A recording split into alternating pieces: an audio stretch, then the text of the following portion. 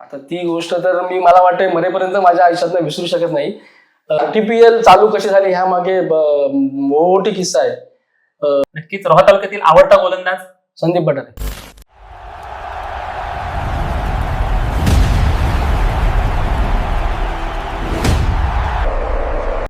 नमस्कार सर्व क्रिकेट प्रेमींनो, तुमचं पुन्हा एकदा स्वागत आहे आपलं क्रिकेट कट्टा पॉडकास्टमध्ये. तर आपल्यासोबत आज जोडले गेलेत रोह्यातील एक असं व्यक्तिमत्व ज्यांनी अनेक क्रिकेट स्पर्धा एक हाती गाजवल्या. आणि आपण जर बघितलं तर जितेंद्र एलेवन रोहा संघाचा कर्णधारपद भूषवत असताना ज्यांनी एका स्पर्धेमध्ये 6 चेंडूमध्ये 6 चौकार मारण्याचा विक्रम केला आणि रोह्यातील पहिला बायकरमॅन तेजस नरे आज आपल्यासोबत जोडले गेले आहेत. तर स्वागत आहे तेजस सर तुमचं आपल्या क्रिकेट कट्टा पॉडकास्टमध्ये. तर तेजस आता तुमची क्रिकेटची सुरुवात नेमकी कशी झाली आणि आपण बघायला गेलं तर क्रिकेटची आवड कशी निर्माण झाली? क्रिकेटची सुरुवात माझी लहानपणीच झाली. माझ्या आईला क्रिकेटचा खूप वेळ होतं. घरात आमच्या टीव्ही चालू असायचं, ते बघून बघून क्रिकेट शिकलो. नंतर स्कूलचा क्रिकेट झाला चालू. त्यानंतर मी लेदर क्रिकेटमध्ये पदार्पण केलं. तिथे काही ट्रॉफी जिंकल्या. माझ्या आयुष्यातली खरी ट्रॉफी पहिली ही लेदर क्रिकेटला झाली ॲज अ बेस्ट बॅट्समन म्हणून. त्यानंतर हळूहळू अंडरम क्रिकेट चालू झाला. त्यानंतर अंडरम क्रिकेट पासून ओव्हरम क्रिकेट 2007 पासून खेळायला चालू केलं.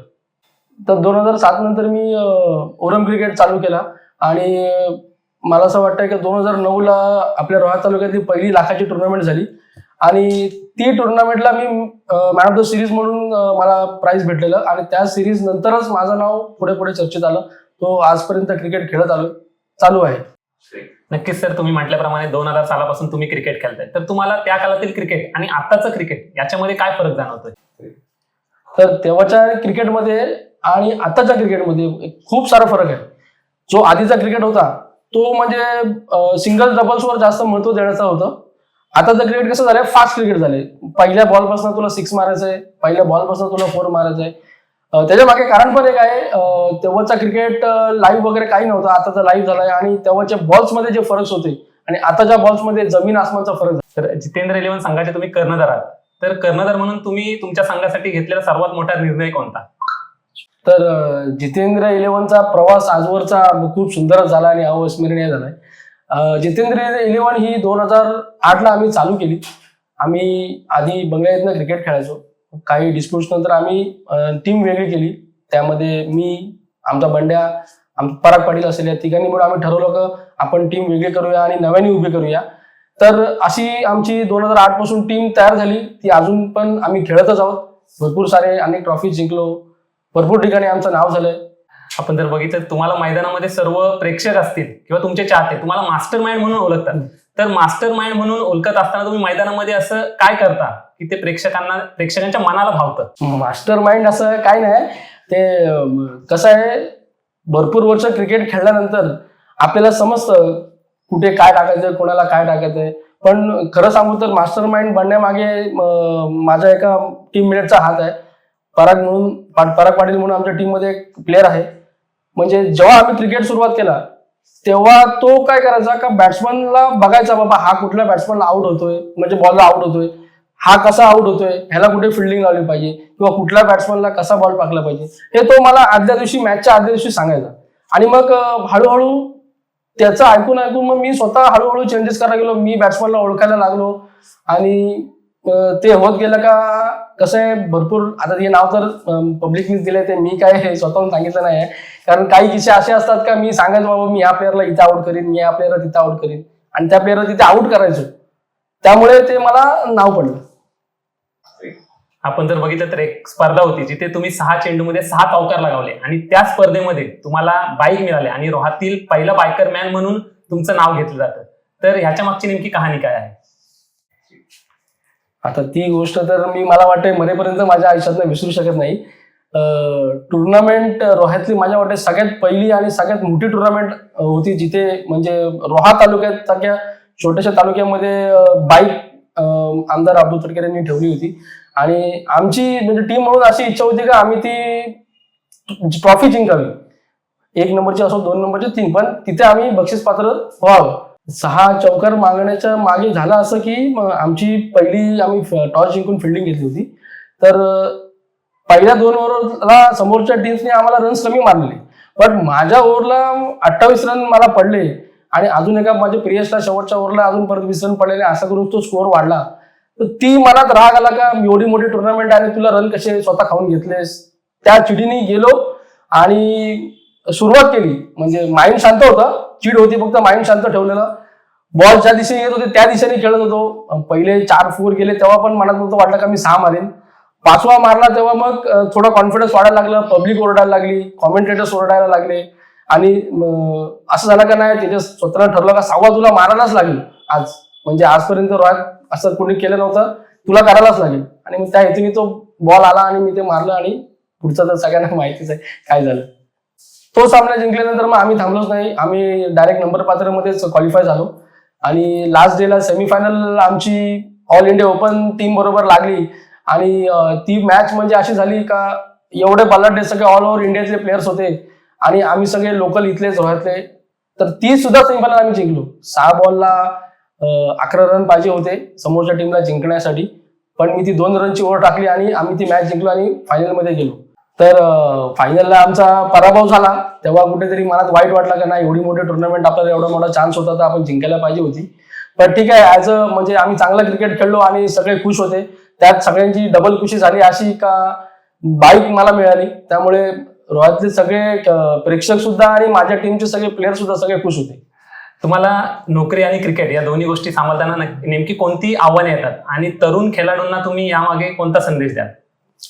आव्हान म्हणजे नवीन पोरांसाठी तर माझं हे म्हणणं असेल की तुम्ही जर फुल टाइम फोकस करणार तुमच्या करिअरवरती, म्हणजे क्रिकेट ॲज अ करिअर तुम्ही जर फोकस करताय तर त्यासाठी तुम्हाला भरपूर मेहनत करायची आहे. म्हणजे तुमची प्रॅक्टिस वेळेवर, तुमचा फिटनेस वेळेवर, करिअर म्हणून बघता येतं आणि आवड म्हणून किंवा गावाच्या नावासाठी खेळताय तर तुम्हाला तुमचं लाईफ म्हणजे जॉब हे तुम्हाला पहिलं महत्व द्यायला पाहिजे. बिकॉज क्रिकेट एक सर्टन टाइम पर्यंत असतं, ते संपल्यानंतर कसं आहे का तुम्हाला पुढचं तुमचं आयुष्य जगायचं आहे. त्यासाठी तुमच्या लाईफमध्ये स्टेबिलिटी पाहिजे. स्टेबिलिटी असणं खूप गरजेचं आहे. त्यासाठी आपलं जॉब आणि क्रिकेट, मी सुद्धा आता हेच करतो. आवड आहे, खेळतोय, पण माझा जॉब मॅनेज करून खेळतो. नक्कीच, तुम्ही तर आवड जपताय नोकरी करून. तर तरुण खेळाडूंना सुद्धा हाच संदेश असेल की क्रिकेट खेळत असताना तुम्ही नोकरी किंवा तुमचा व्यवसाय हा सोबत चालू ठेवला पाहिजे. कारण क्रिकेट तुम्हाला एक वयापर्यंत तुमचं नाव सक्सेस देत असतं. त्याच्यात आता तुमचं क्रिकेट कारकिर्दीमध्ये तुम्हाला सर्वात जास्त पाठिंबा कोणाचा राहिलाय? सर्वात जास्त पाठिंबा म्हणजे लग्न अगोदर मित्रांचा आणि आता लग्नानंतर बायकोचा, मुलाचा. बिकॉज आता जवळजवळ आमच्या लग्नाला 8 वर्ष झाली, पण 8 वर्षात कुठल्याही शनिवार रविवार माझ्या मॅचच्या टायमाला मला ती अशी कधी बोलली नाही का बाबा मॅचला नको जाऊस. तिचा मला फुल सपोर्ट असतो. नक्कीच. त्याच्यात आता तुम्ही अष्टपैलू खेळाडू आहात. मैदानामध्ये मॅच चालू असताना तुम्ही फलंदाजी मध्ये जास्त योगदान देता की गोलंदाजीमध्ये? तुम्हाला काय आवडतं त्याच्यामध्ये? आवडतं मला दोन्ही, पण मॅचची सिच्युएशन बघून गोलंदाजी करत असताना जर माझ्या संघाला गरज गोलंदाजीची माझ्याकडनं जास्त म्हणजे एक्सपेक्ट जास्त करतात तर त्यात मी जास्त जोर लावतो. तसंच फलंदाजी करताना. सो मला दोन्ही आवडतं. आपण जर बघितलं तर RTPL म्हणजेच रोहा तालुका प्रीमियर लीग त्यामध्ये तुमचा मुख्य सहभाग असतो. तर तुम्हाला याची संकल्पना नेमकी कशी सुचली आणि ते प्रत्यक्षात उतरवताना कोणकोणत्या अडचणींना सामोरे जावे लागले? तर RTPL चालू कशी झाली ह्या मागे मोठी किस्सा आहे. असेच आम्ही एक दिवस बसलो होतो, मी होतो, राजू वाघमारे होतो, 2 जण होतो. तर तेव्हा लीगचा सगळ्यांकडे फॉर्मॅट चालू होता. फक्त रोहा सोडून सगळीकडे लीग व्हायच्या, रोह्यातच लीग नाही व्हायच्या. तर राजू असा बसला बसला म्हणाला, अरे दादा बोलतोय आपल्या रोह्यातच लीग होत नाही, सगळीकडे होते, बघ ना तू मनावर घे ना. म्हणते तू मनावर घेतलंस तर होईल.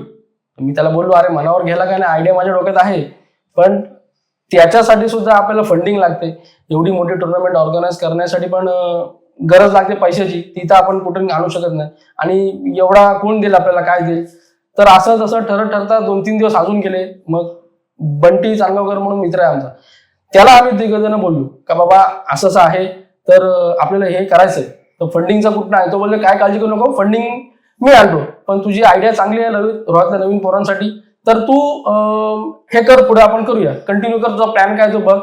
मग तसंच आता जी सगळे परिवार आहे, माझा मित्र परिवार आहे, त्या सगळ्यांना मी बोलवले मी त्यांना म्हणलो का यार आपला क्रिकेट आता हळूहळू संपत चाललाय, पण रोह्यातल्या नवीन पोरांसाठी काहीतरी आपल्याला चालू करायला पाहिजे. लीग सगळीकडे होते, माझ्या डोक्यात अशी काही आयडियाज आहेत, तर आपण ही लीग करूया.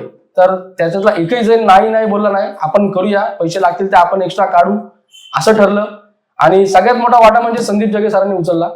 त्यांना लीगची आयडिया होती, मग मी त्यांना फोन करून सरांना विचारत होतो, सर म्हणजे त्यांचीच लीग असल्यासारखी आम्हाला सांगायची, बाबा हे कर ते कर. मग तिथून हळूहळू प्रवास चालू झाला आणि आज माझ्या मते तरी तालुका प्रीमियर लीग 4 वर्ष झाली यशस्वी पूर्ण होते. आणि ह्या वर्षी तर आम्हाला प्रमोद शेठ सारखे एक दानशूर व्यक्तिमत्व पण भेटलेत. पुढे पण ते म्हणालेत का रोह्यातली RTPL आपण अजून जोरात करू. तर हेच खरं आमचं ध्येय होतं का रोहा तालुका प्रीमियर लीग हळूहळू पुढे जावी, चांगले खेळाडू निर्माण व्हावे. तर आपण एक तेजस दादासोबत रॅपिड फायर घेणार आहोत. तेजस सर, तुमचा रोहा तालुक्यातील आवडता फलंदाज कोणता? सागर बोपडे. नक्कीच. रोहा तालुक्यातील आवडता गोलंदाज? संदीप बटारे. नक्कीच. आपण बघितलं तर रोहा तालुक्यात अनेक मोठमोठ्या स्पर्धा होत असतात, तर असं कोणतं मैदान आहे जे तुम्हाला सर्वात जास्त आवडतं? मेंगळ्या स्कूल आणि गौलवाडीचं मैदान. आणि सर्वात तुमचा कठीण प्रतिस्पर्धी कोणता, गोलंदाजी करत असताना आणि फलंदाजी करत असताना सुद्धा? गोलंदाजी करत असताना सूरज म्हणून होता धनगरा इथला प्लेअर. तो जेव्हा बॉलिंग करायचा, तो आता बॉलिंग करत नाही, पण तो जेव्हा बॉलिंग करायचा ना, तो मला नेहमी अडचणीत आणायचा. आणि मी जेव्हा बॉलिंग करायचो, मी आजपर्यंत कुठल्याच बॅट्समॅनला घाबरलो नाही, फक्त तालुक्यातल्या एकच बॅट्समॅनला घाबरतो, तो अजूनही घाबरतो, तो म्हणजे आमचा इम्रान डबीर. नक्कीच. तर आपण शेवटला प्रश्न घेतो, रोहा तालुक्यातील आवडती स्पर्धा? RTPL, दुसरे कुठलीच नसते. तर हे होते तेजस नरे सर. त्यांच्या माध्यमातून आपल्याला त्यांचा अनुभव आणि नवीन खेळाडूंसाठी चांगला संदेश आपल्याला या पॉडकास्ट मधून मिळाला.